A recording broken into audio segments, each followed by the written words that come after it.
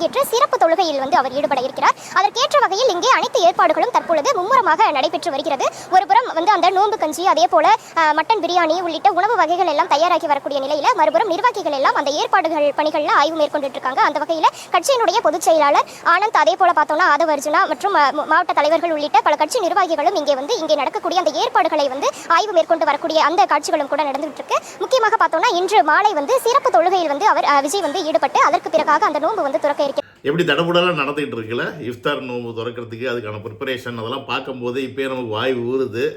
ஆனால் இஃப்தார் நோன்பு திறக்கிற வரைக்கும் வெயிட் பண்ணணும் அதெல்லாம் சாப்பிட்றதுக்கு. ஸோ இது தளபதி இப்போ தான் ஸ்பெஷலாக பண்ணுறாரான்னு பார்த்தா அப்படிலாம் கிடையாது.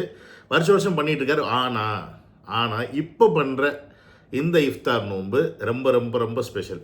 ஏன்னு கேட்டிங்கன்னா தளபதி சொன்ன அந்த ஒரு வார்த்தை, பிறப்புக்கும் எல்லாம் உயிருக்கும் அப்படின்னு சொல்லியிருக்காரு பார்த்தீங்களா. முதல்ல எல்லாமே இந்த இடத்துல இந்த நாட்டில் சமமானவங்க தான், யார் மேலே யார் கீழே கிடையாது அப்படின்னு சொல்லிட்டு அது பேச்சில் மட்டும் இல்லாமல் அது செயல்லையும் காமிச்சிருக்காரு. அப்படின்றதுக்கு இந்த ஒரு இஃப்தார் நோன்பு ஒரு முக்கியமான ஒரு விஷயமா இருக்கும். ஏன்னு கேட்டிங்கன்னா இந்த இஃப்தார் நோன்பு நடக்கிறதுக்கு பின்னணியில் ஏகப்பட்ட விஷயங்கள் இருக்குது. ஸோ அந்த விஷயத்தை எல்லாத்தையுமே தான் நம்ம இப்போ டிஸ்கஸ் பண்ண போகிறோம். ஸோ என்னுடைய சேனல் நீங்கள் யாராவது ஃபஸ்ட் டைம் வரீங்க அப்படின்னா சப்ஸ்கிரைப் பண்ணிவிட்டு பெல் பட்டனை ப்ரெஸ் பண்ணுங்கள், ஷேர் பண்ணுங்கள், முக்கியமாக உங்களுடைய கமெண்ட்ஸை பதிவு பண்ணிடுங்க. கடைசி வரைக்கும் வீடியோ வாட்ச் பண்ணுங்கள். அப்போ தான் நான் சொல்ல வர கருத்துக்கள் புரியும். ஏன்னா இதில் பல விஷயங்கள் அடங்கியிருக்கு. பிகாஸ் முஸ்லீம்ஸ் அப்படின்னாவே என்ன மாதிரியான ஒரு பார்வை இந்தியாவில் இருக்குது அப்படின்றது தெரியும். அந்த பார்வையை உடைக்கும் ஒரு இடத்தில் இன்றைக்கி தளபதி இருக்கிறார் அப்படின்றத நம்ம பெருமையாக சொல்லணும். வாங்க வீடியோக்குள்ள போகலாம்.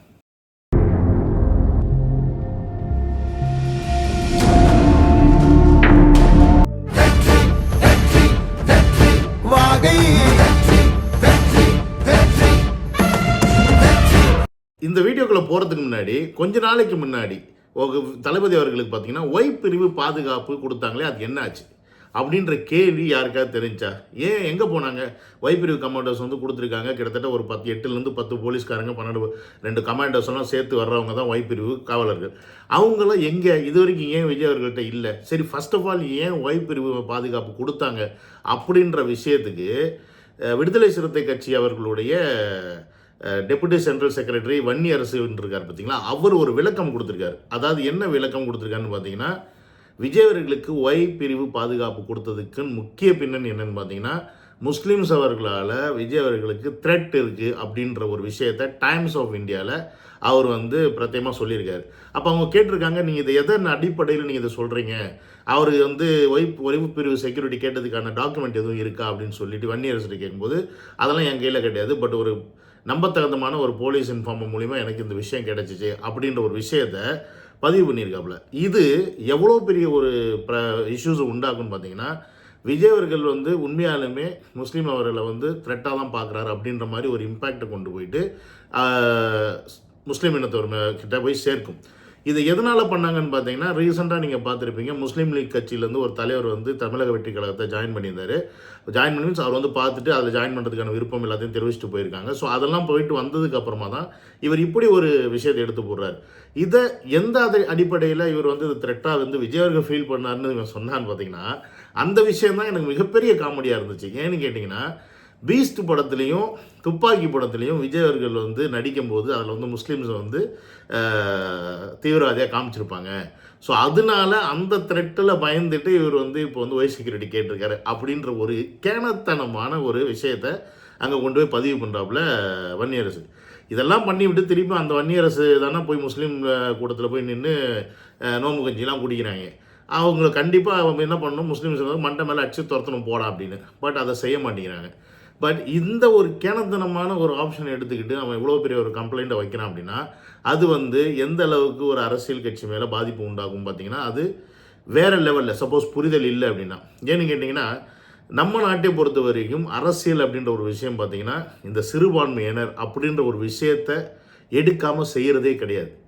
புரியுதுங்களா? யாராக இருந்தாலுமே சிறுபான்மையினர் தான் பெருசாக பார்ப்பாங்க. இன்றைக்கி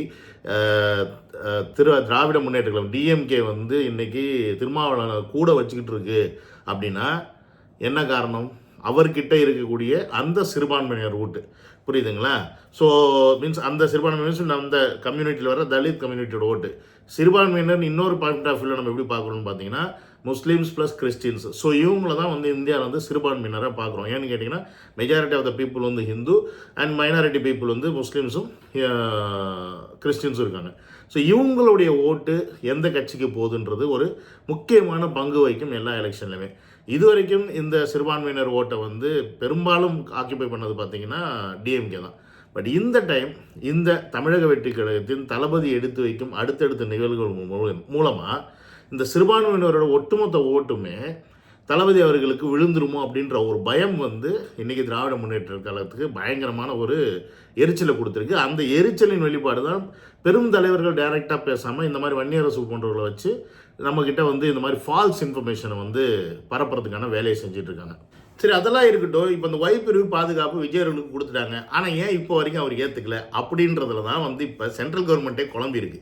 ஏன்னு கேட்டிங்கன்னா, இந்த பிரிவு பாதுகாப்பு கமாண்டா பிரிவுலேருந்து இவங்களுக்கு 2 வாட்டி அழைப்பு போயிருக்கு. எப்போ வந்து நாங்கள் சார்ஜ் ஏற்றுக்கலாம் அப்படின்ற விஷயத்தை கேட்குறதுக்காக புஷியானந்த் அவர்களுக்கும் அழைப்பு போயிருக்கு. அப்போ புஷியானந்தர்களும் சரி விஜய் அவர்களும் சரி இது வரைக்கும் அங்கே அப்பியரே ஆகலை. இவங்க போய் அப்பியர் ஆகி அதுக்கான விஷயங்கள்லாம் நடைமுறைகள்லாம் எடுத்து ஸ்டெப் எடுத்து வச்சாதான் இந்த பிரிவு பாதுகாப்பு அப்படின்ற ஒரு விஷயத்தை வந்து அங்கே இம்ப்ளிமெண்ட் பண்ண முடியுமே ஒழிய அன்டில் அன்லெஸ் விஜய் அவர்கள் அப்ரூவ் கொடுக்காம அவங்க வந்து இதை பண்ண முடியாது. ஸோ அதனால் விஜய் அவர்கள் இப்போ ரிஜெக்டும் பண்ணலை, எஸ்ன்னு சொல்ல, பட் ஹோல்டில் வச்சுருக்காரு. இது ஏன் அப்படின்ற கேள்வி பல பேருக்கு வரும். ஏன்னா அவருக்கு நல்லாவே தெரியும் இந்த பிரிவு பாதுகாப்பு ஏன் கொடுத்தாங்க, எதுக்கு கொடுத்தாங்க, என்ன பண்ணுறதுக்கு கொடுத்துருக்காங்க. கண்டிப்பாக இந்த பிரிவு பாதுகாப்பு வந்துருச்சு அப்படின்னா விஜய் அவர்களுடைய ப்ரைவசி அப்படின்ற ஒரு விஷயம் பார்த்தீங்கன்னா கம்ப்ளீட்டாகவே ஸ்டாப் ஆயிரும். உதாரணத்துக்கு இப்போ வந்து விஜய் அவர்கள் வந்து ஒரு பிரசாந்த் கிஷோர் வர்றாரு பார்க்கறதுக்கு, ஆதவர்ஜுனா வர்றாரு, இனி யாராவது புது தலைவர்கள் வராங்க, பெரிய பெரிய தலைவர்கள் வராங்க, அவர் பார்க்கறதுக்கு வர்றாங்க அப்படின்னா அந்த விஷயம் எல்லாமே கண்டிப்பாக மேலிடத்துக்கு போய் சேரும். ஏன்னு கேட்டிங்கன்னா இவங்களுடைய வேலை என்னென்னா விஜய் அவர்களை பாதுகாப்பது. அப்போ பாதுகாக்கிறன்ற பேரில் அவர் என்ன செய்தாலும் இவருக்கு தெரியணும். புரியுதுங்களா? அவர் யாரை பக்கம் வந்தாலும் தெரியணும், அவர் எங்கே யார் கூட எவ்வளோ நேரம் பேசிட்டு இருக்கான்னு தெரியும், எந்த இடத்துக்கு போகிறார் மீட்டிங்குன்னு தெரியணும். ஒவ்வொரு விஷயமே இன்ச் பை இன்ச் விஜய் அவர்களுடைய நடவடிக்கை அவருக்கு தெரியும். அந்த யார் பிரிவு பாதுகாப்புக்கு இருக்கவங்களுக்கு தெரியணும். அப்போ இந்த விஷயம் தெரியும் போது ஆட்டோமேட்டிக்காக ப்ரைவசி போயிடும். அண்ட் விஜய் அவர்கள் அடுத்தடுத்து செய்யக்கூடிய பிளான் வந்து மேலிடத்துக்கு தெரிய ஆரம்பித்து ஆட்டோமேட்டிக்காகவே என்ன பண்ணுவாங்கன்னா அவங்களுடைய செயலை வேறு மாதிரி பிளான் பண்ணுறதுக்கான வேலையை செய்வாங்க. அந்த ஒரு விஷயத்தை தவிர்க்கிறதுக்காகவும் விஜய் அவர்கள் பிரிவு பிளானை வந்து பிரிவு செக்யூரிட்டி வந்து தள்ளி போட்டுட்ருக்காரு. ஸோ இது மட்டும்தான் முக்கியமான காரணமானு பார்த்தீங்கன்னா இது மட்டும் முக்கியமான காரணம் கிடையாது. ஏன்னு கேட்டிங்கன்னு வச்சிங்களேன், இப்போ இந்த வன்னியரசு போன்ற சில பேர் வந்து விஜய் அவர்களுக்கு முஸ்லீம்ஸ்னால த்ரெட் இருக்குது அப்படின்ற ஒரு விஷயத்தை பதிவு பண்ணிவிட்டு இப்போ செக்யூரிட்டி கார்டை எடுத்துட்டாருன்னு வச்சுக்கோங்க. இப்போ இஃப்தார் நோம்புக்கு போகிறார். ஏன்னா இஃப்தார் நோம்பு அப்படின்றது இப்போ பிளான் பண்ணது கிடையாது. ஆல்ரெடி அவங்களுக்கு வந்து இது வந்து கிட்டத்தட்ட ஒரு பிரிவு செக்யூரிட்டிலாம் வர்றதுக்கு முன்னாடியே விஜய் அவர்கள் ஷெடியூலில் இதெல்லாம் இந்த விஷயம்லாம் இருந்தது. அப்போ என்ன ஆகுதுன்னு பார்த்தீங்கன்னா இந்த இஃப்தார் நோம்பு வர்ற டயத்தில் ஒரு பிரிவு செக்யூரிட்டி கார்டோட போகிறார் அப்படின்னா அந்த இடத்துல இப்போ வன்னியரசு பதிவு பண்ண மாதிரி பார்த்தீங்களா, இஃப்தாருக்கு போகும்போது கூட ஒரு செக்யூரிட்டியோட தான் போகிறாரு. விச் மீன்ஸ் என்ன, அவருக்கு பயம் அவங்க மேலே, அதனால அவர் அங்கே போகிறாரு அப்படின்ற ஒரு விஷயத்தை வந்து பதிவு பண்ணுவாங்க. இப்போ என்ன ஆகுதுன்னு பார்த்தீங்கன்னா இந்த பிரிவு செக்யூரிட்டி இன்னொரு அக்செப்ட் பண்ணலை. அட் த சேம் டைம் இவர் இஃப்தார் நோம்பையும் வந்து கண்டக்ட் பண்ணிவிட்டு இன்றைக்கி நோம்புக்கும் போகிறாரு. அப்படி இருக்கும்போது ஆட்டோமேட்டிக்காக என்ன ஆகுதுன்னா 100% ரிலேபிலிட்டி, 100% அவர் வந்து முஸ்லீம் மேலே நம்பிக்கை வச்சிருக்காரு அப்படின்ற ஒரு எண்ணம் தான் எல்லாருக்கும் ஏற்படுமே ஒழிய அவர் பயந்துக்கிட்டு செக்யூரிட்டி கார்டை வச்சுக்கிட்டு போகிறாரு அப்படின்ற விஷயம் வந்து யார் மனசுலையும் பதியாது. அஃப்கோர்ஸ் இப்போ விஜய் நமக்கு பிடிக்குது, நமக்கு வந்து அந்த மாதிரி எண்ணங்கள் வரலைனாலும் இந்த மாதிரி ஒரு விஷயத்தை பரப்புறதுக்கு தானே மீடியா குரூப் உட்காந்துருக்காங்க. விஜய் அவர்கள் என்ன செஞ்சாலும் அதில் ஒரு தவறு செய்கிறதுக்கு. இன்றைக்கி இஃப்தார் நோன்பு வச்சுருக்காரு, இதே இஃப்தார் கொண்டாடலன்னு வச்சுக்கோங்க, நோன்பு வைக்கலன்னு வச்சுக்கோங்க, பார்த்தீங்களா முஸ்லீம் இஃப்தார் நோம்புக்கு வந்து இவர் போய் எந்த ஒரு விஷயமே செய்யலை, இவராக சிறுபான்மை இருக்கிற கூட நிற்க போகிறாங்க அப்படின்னு சொல்லி அப்படி திரிச்சு விடுவாங்க. ஸோ எப்படி பேசினாலும் திரிப்பாங்க. பட் எந்த மாதிரி விஷயங்கள் போய் சேரணும் சேரக்கூடாது அப்படின்ற ஒரு விஷயம் இருக்குது. முஸ்லீம்ஸ் மேலே பயம் இருக்கிறனால தான் ஒரு செக்யூரிட்டியை வச்சுக்கிட்டாரு அப்படின்ற ஒரு பதிவு வந்து அவங்க மனசில் போய் பதிஞ்சிச்சு அப்படின்னா அது வந்து ரொம்ப பெரிய தாக்கத்தை அவங்க மனசில் ஏற்படுத்தும். விஜய் அவர்கள் மேலே வச்சுருக்க அந்த அபிப்பிராயத்தை அப்படியே மாற்றும். ஸோ அந்த ஒரு முக்கியமான ரீசன் தான் அவர் இன்னை வரைக்கும் இந்த பிரிவு செக்யூரிட்டியை எடுத்துக்காமல் இருக்கிறது. அது மட்டும் இல்லை, இப்போ தான் வந்து இந்த இஃப்தார் நோன்புலாம் விஜய் அவர்கள் பண்ணுறாரான்னு கேட்டிங்கன்னா அப்படி கிடையாது. இந்த இஃப்தார் நோன்பை விஜய் அவர்கள் வருஷம் இதுக்கு முன்னாடியும் பண்ணியிருக்காரு.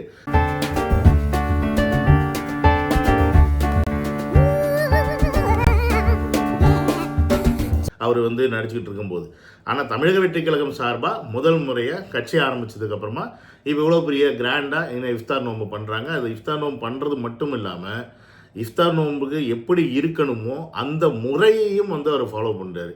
ஏன்னா காலையில் 3 மணியில் அந்த 3-4 மணியிலேருந்து ஈவினிங் 6-7 மணி அந்த நோன்பு திறக்கிற வரைக்கும் எந்த உணவும் சாப்பிடாம, ஓகேங்களா, எதுவுமே குடிக்காமல் அவங்க எப்படி இருப்பாங்களோ அதே டைப் ஆஃப் அந்த ஃபாஸ்டிங்கில் இருந்துட்டு இஃப்தார் நோன்பு திறந்துட்டு அதுக்கப்புறமா அவங்க செய்யக்கூடிய தொழுகையும் இன்றைக்கி வந்து விஜய் அவர்கள் செய்ய போகிறார் அப்படின்றது தான் மிகப்பெரிய ஹைலைட்டாக வந்து எல்லாரையும் பார்க்கப்படுது.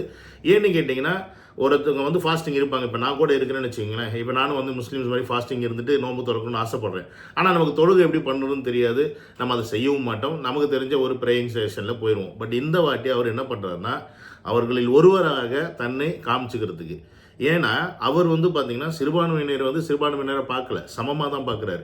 இது எப்படிடா நீ இவ்வளோ அடித்து சொல்கிற அப்படின்னு கேட்டிங்கன்னா, ரீசெண்டாக ஒரு 28 மாடியூல் வந்து போட்டிருந்தாங்க, 22 பிரிவு போட்டிருந்தார். குழந்தைகளுக்கு, முதியவங்களுக்கு, இந்த மாதிரி எல்லாருக்குமே வந்து ஒரு பிரிவு போட்டு 28 பிரிவு போட்டிருந்தார். அதில் சிறுபான்மையினர் பிரிவுன்னு ஒன்று போடலை. இதே மற்ற கட்சிகளில் பார்த்தீங்கன்னா சிறுபான்மையினருக்குன்னே தனியாக ஒரு பிரிவு இருக்குது. அவங்களுடைய ஓட்டு இதை பார்க்குறதுக்கு, அவங்களுக்கு தேவையான விஷயங்களை பார்க்குறதுக்கு, இது எல்லாத்துக்குமே பண்ணுறதுக்கு ஒரு இருக்குது. ஆனால் விஜய் அவர்கள் அதை வந்து அந்த செக்ஷன் போடலை. ஏன்னு கேட்டிங்கன்னா, சிறுபான்மையினரையும் அவர் சமமாக தான் பார்க்குறாரு, மக்களில் ஒருவராக தான் பார்க்குறனால அதுக்குன்னு ஒரு தனி டிபார்ட்மெண்ட்டை அவர் அலாட் பண்ணலை. எல்லாரையும் போல் எல்லா மக்களுக்கும் என்ன கிடைக்குதோ அதே தான் உங்களுக்கும் கிடைக்கணும் அப்படின்றது தான் அவருடைய எண்ணம். அந்த எண்ணத்தை பிரதிபலிக்கிறதுக்கு தான் நான் உங்களில் ஒருவன் அப்படின்றதுக்காக இன்றைக்கி இந்த இஃப்தார் நோன்பை இவர் வந்து நடத்துகிறார். ஓகேங்களா, நடத்துகிறார் மீன்ஸ் இந்த இஃப்தார் நோன்பை முஸ்லீம்ஸ் எல்லாம் நடத்துகிறாங்க. இவருடைய தலைமையில் இவர் போய் அதை பங்கேற்றுக்கிறார். அப்போ என்ன ஆகுதுன்னு பார்த்தீங்கன்னா, ஆட்டோமேட்டிக்காக எப்படி எல்லாரும் சமம் அப்படின்ற அந்த வார்த்தை பிறப்புக்கும் எல்லா உயிருக்கும் அப்படின்றது மட்டும் சொல்லாமல் செயல்லையும் காட்டக்கூடிய ஒரு தலைவராக தான் விஜய் அவர்களை நம்ம பார்க்கணும். ஸோ இப்போ இதெல்லாம் வந்து பார்த்தீங்கன்னா பல பேர் என்ன சொல்லுவாங்கன்னா, இவர் ஓட்டு வாங்குறதுக்காக வந்து முஸ்லீம்கிட்ட போயிட்டு அங்கே போய் இஃப்தார் பண்ணுறாருப்பா, அப்படி சீனை போடுறாரு அப்படின்ற மாதிரி வந்து சொல்கிறது வந்து வாஸ்தவம் தான். பட் எல்லாருமே அதை தான் பண்ணுறாங்க. மற்றவங்களின் நம்பிக்கை பெறுறது எதுக்கு? ஓட்டு அப்படின்னு ஒன்று வாங்குறதுக்கு. ஆனால் அதை நம்பிக்கையாக மட்டும் பெற்றுட்டு ஓட்டு வாங்கிட்டு அவங்கள திருப்பியும் போட்டு நசுக்கிறது கிடையாது. ஆனால் இங்கே இவர் நம்பிக்கை பெறது இல்லை, நம்பிக்கையை கொடுக்குறார் மற்றவங்கள்ட்ட. அதுதான் இந்த இடத்துல மற்ற கட்சி தலைவர்களுக்கும் விஜய் அவர்களுக்குள்ள வித்தியாசம். மற்ற கட்சி தலைவர்கள் என்ன பண்ணாங்கன்னா, ஒரு விஷயத்தை நடிக்கிறாங்க. அதாவது தளபதி சொன்ன மாதிரி தான், சிஎம் ஆனால் நீங்கள் என்ன பண்ணுவீங்க அப்படின்னு கேட்டால், நான் சிஎம்மாக நடிக்க மாட்டேன் அப்படின்னு சொல்லி ஒரு இடத்துல சொல்லியிருப்பார். அதே தான் இவங்களாம் என்ன பண்ணுறாங்கன்னா, மக்கள்கிட்ட போயிட்டு நாங்கள் உங்களுக்கானவங்க, நாங்கள் உங்களுக்கு நல்லது செய்ய வந்திருக்கோம், ஸோ அதனால் நீங்கள் எங்களுக்கு ஓட்டு போடுங்க அப்படின்னு சொல்லி அந்த நம்பிக்கையை வாங்குறாங்க மக்கள்கிட்டருந்து. வாங்கினதுக்கப்புறம் அந்த 5 வருஷத்தில் அந்த நம்பிக்கையை குழி தோண்டி போட்டு புதைச்சிடுறாங்க. இவங்க நல்லா சம்பாரிச்சுக்கிறாங்க. ஆனால் இந்த இடத்துல என்னென்னா, நம்பிக்கையை தளபதி கொடுக்குறாரு மக்கள்கிட்ட. அதுதான் இதுக்கும் அதுக்குள்ள வித்தியாசம். என்னென்னா, நான் உங்களில் ஒருவன், உங்களை மாதிரி தான் நானும் இருக்கிறேன். ஸோ அதனால் எனக்கு வந்து எல்லாருமே சமம் தான். அதனால வந்து நீங்கள் என்னை நம்புனீங்கன்னா உங்களுக்கு என்னால் முடிஞ்ச எல்லா நல்லதையும் நான் செய்வேன் அப்படின்றது தான் இப்போ நம்பிக்கை கொடுக்குறது. அப்போ அந்த நம்பிக்கை ஆட்டோமேட்டிக்காக மக்களுக்கு வந்து விஜய் மேல் வரும். ஏன்னா இவர் எல்லாரையும் சமமாக பார்க்கும்போது, மேபி சிலர்லாம் சொல்லலாம் எல்லாருக்கும் சமமானார், அவர் ஹை எண்டு காரில் போகிறாரு, பங்களாவில் இருக்கிறான்னு. அந்த கும்முட்டைகளுக்கு நம்ம சொல்ல வேண்டிய பதில் என்னென்னா, அவர் சம்பாரித்த காசில் இருக்கிறாடா பரதேசி அப்படின்னு தான் நம்ம சொல்ல முடியுமோ ஒழிய, இந்த மாதிரி கேனத்தனமாக கேட்குறவங்க நம்ம பதில் சொல்ல வேண்டிய அவசியம் கிடையாது. ஏன்னா அவர் யார் பணத்தையும் கொள்ளையடிக்கலை, யார்கிட்டையும் திருடலை, அவர் உழைச்சிருக்காரு, அதில் கோடி கோடியாக சம்பாதிச்சிருக்காரு. அந்த கோடிக்கான காசை வந்து அவர் அனுபவிக்கிறாரு. அவர் ராஜா மாதிரி இருக்கிறாரு, 10 பேர் 15 பேர் செக்யூரிட்டி வச்சுக்கிறாரு, நல்ல லக்ஸுரி லைஃப் லீட் பண்ணுறாரு. விச் மீன்ஸ் அவருடைய பணத்தில் அவர் வாழ்கிறார். அவ்வளோதான் மேட்ரோடைய. மற்ற எல்லாருக்கும் கிடைக்க வேண்டிய சமமான கல்வி, நல்ல மருத்துவம், நல்ல எல்லாருக்குமான வேலை வாய்ப்பு, ஒரு வீடு, இந்த மாதிரி விஷயங்கள் எல்லாருக்கும் சமமாக இருக்கணும் அப்படின்றதுல தான் அவருடைய பாயிண்ட் ஆஃப் வியூ இருக்குது. அந்த பாயிண்ட் ஆஃப் வியூ எப்போ வந்து அது சாத்தியப்படும் கேட்டிங்கன்னா, தளபதி மாதிரி ஒருத்தர் வந்து சிஎம் ஆனார் அப்படின்னா அப்போ அந்த மாதிரி விஷயங்கள் சாத்தியப்படுறதுக்கான வாய்ப்புகள் இருக்குது. ஓகேங்களா? ஸோ இதை தான் நம்ம பேசிக்காக புரிஞ்சுக்கணுமே ஒழிய, மற்றபடி இவங்க சொல்கிற மாதிரி, இவங்க எடுத்து வைக்கிற மாதிரி விஜய் அவர்கள் முஸ்லீமுக்கு பயந்துக்கிட்டு அவங்கள வந்து சமாதானப்படுத்துறதுக்கு போய் இஃப்தார் நோன்பு வைக்கிறாரு, அவங்கள கூல் பண்ணுறதுக்கு போய் அதில் போய் கலந்துக்கிறாரு, அவங்களோட ஓட்டை வாங்குறதுக்கு போய் அதில் போய் கலந்துக்கிறாருன்னு இவங்க முட்டாத்தனமாக பேசிகிட்டு இருந்தாங்கன்னா பேசிட்டு போங்கடான்னு விட்டுறணும். இந்த வீடியோ தான் முடிச்சுக்கிறேன். உங்களுக்கு இந்த வீடியோ பிடிச்சிருந்துச்சு அப்படின்னா நீங்கள் என்ன பண்ணணும்னா சப்ஸ்கிரைப் பண்ணிவிட்டு வீடியோ லைக் பண்ணி ஷேர் பண்ணுங்கள். வேறு அதுக்கு மேலே நான் என்ன சொல்கிறது, see you on another video. Love you all, take care, bye.